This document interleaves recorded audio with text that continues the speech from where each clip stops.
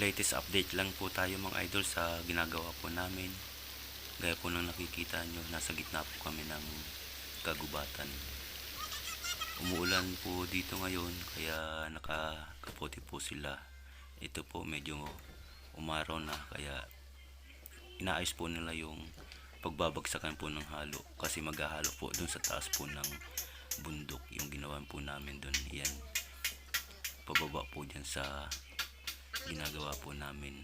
Masyado po kasing malayo yung materials. Then ito po yung mga ginawa kong short bar o yung tinatawag nilang bangka-bangka.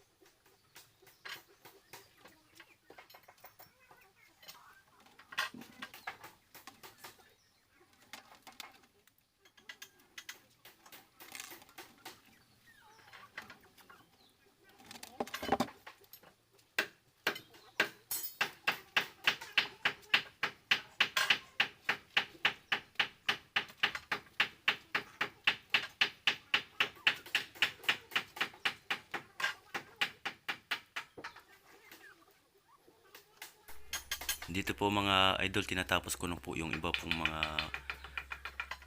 bakal na top bars, button, and yung mga short bar po, yung mga bangka para po maikabit na po namin.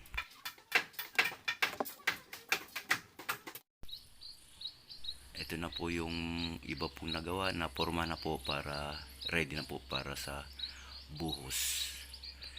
Salamat po mga idol sa pagsuporta niyo po sa YouTube channel ko. Marami pong salamat sa inyo.